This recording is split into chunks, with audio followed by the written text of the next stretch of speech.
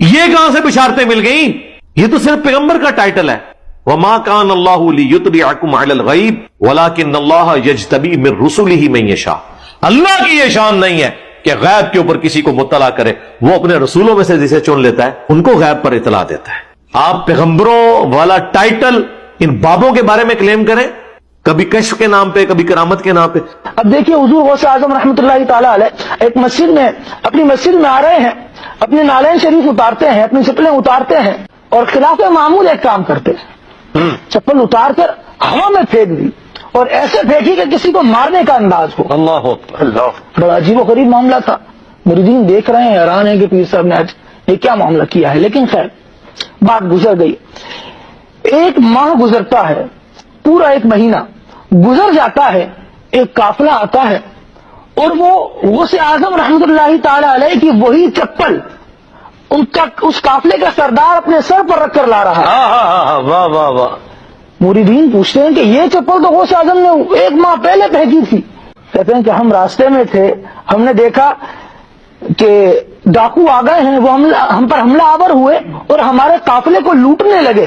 تو ہمارے قافلے میں سے کسی ایک شخص نے پکارا، یا شیخ عبد القادر جیلانی شیخ اللہ، غوث اعظم ہماری مدد فرمائیے. بس اسی وقت غوث اعظم رحمت اللہ تعالی علیہ کی یہ نالین ہم تک پہنچی اور عاشقوں کو چھوڑ کر ڈاکوؤں کو مارا کرتی تھی. ڈاکوؤں کو مار مار کے وہاں سے بھگا دیا اور ہم بچ گئے. ہمارا قصد کیونکہ غوث اعظم کی بارگاہ میں آنے کا تھا، تو ہم نے سوچا کہ یہ نالین بھی وہیں لے جائیں اور انہیں سے جا کر پوچھ لیں گے کہ یہ کیا معاملہ ہے. تو غوث اعظم رحمت اللہ تعالی علیہ کے دربار کے مریدوں نے یہ بتایا کہ یہ وہی نالین ہے جو حضور غوث پاک رحمت اللہ تعالی علیہ نے 1 سال قبل آپ لوگوں کی طرف روانہ فرمایا. اللہ اکبر. اللہ.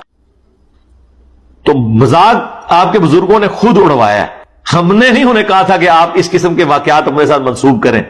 ہم نے صرف آپ کو تھنک آؤٹ آف باکس کیا کہ ٹھیک ہے یار، اگر یہ پاسبل ہے تو ہم کوئی بڑا دعویٰ نہیں کرتے.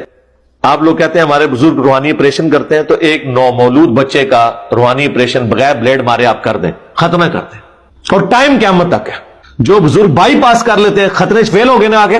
اور آپ اپنے بزرگوں کے پیچھے نماز پڑھے، دائیں طرف سلام پھیرے تو ساروں کے غیر ضروری بال صاف، بائیں طرف سلام پھیرے تو ساروں کے ناخن کٹ جائیں، بلکہ ایسے کٹے ناخن اور ایسے غیر ضروری بال صاف ہوں کہ دوبارہ ضرورت ہی نہ پڑے، کرامت پھر مانیں گے. چلو دوبارہ ضرورت بھی پائے گی، صرف اس ٹائم صاف ہو جاتا بھی ماننا. دائیں طرف سلام پھیرا، سارے حافظ ہو گئے. اچھا وہ سٹوری پوری پتا کیجئے. ایک خاوند، درد بڑی کہانی ایک خاوند کی ہے جو مرید تھا ایک بابا جی کا.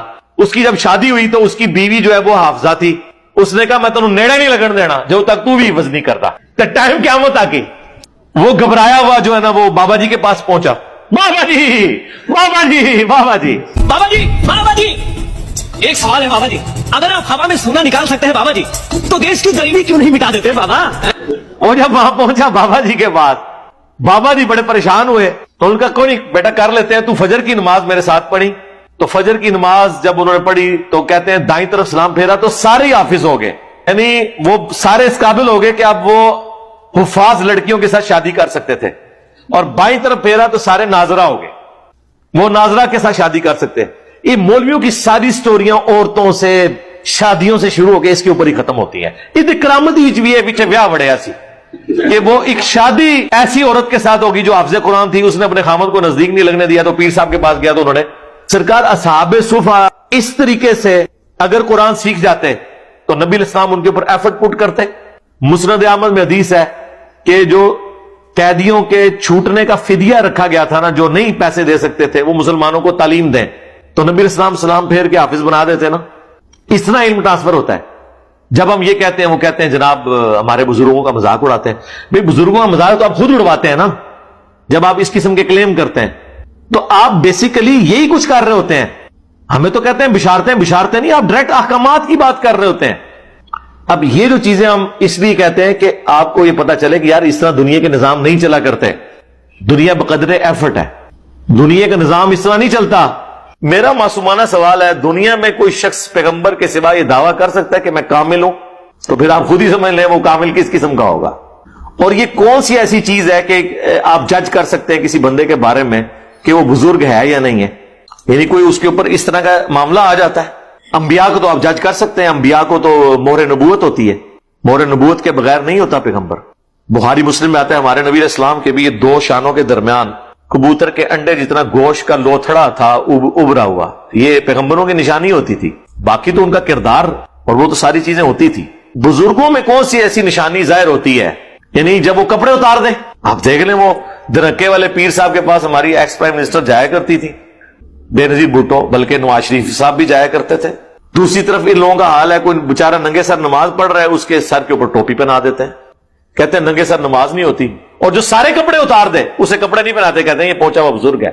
تو ننگے سر والے کو بھی تھوڑا سا بزرگ مان لیں, کہا کریں جو ننگے سر ہو وہ تھوڑا بزرگ, جو سارے کپڑے اتار دے وہ بڑا بزرگ.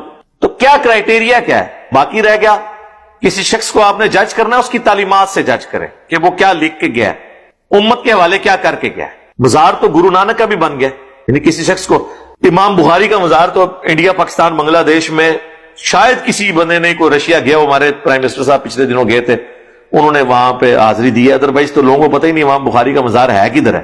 لیکن دیکھ لیں پوری دنیا کے اندر بخاری بخاری ہو رہی ہے. یہ ہوتی ہے بزرگی جو بول رہی ہوتی ہے.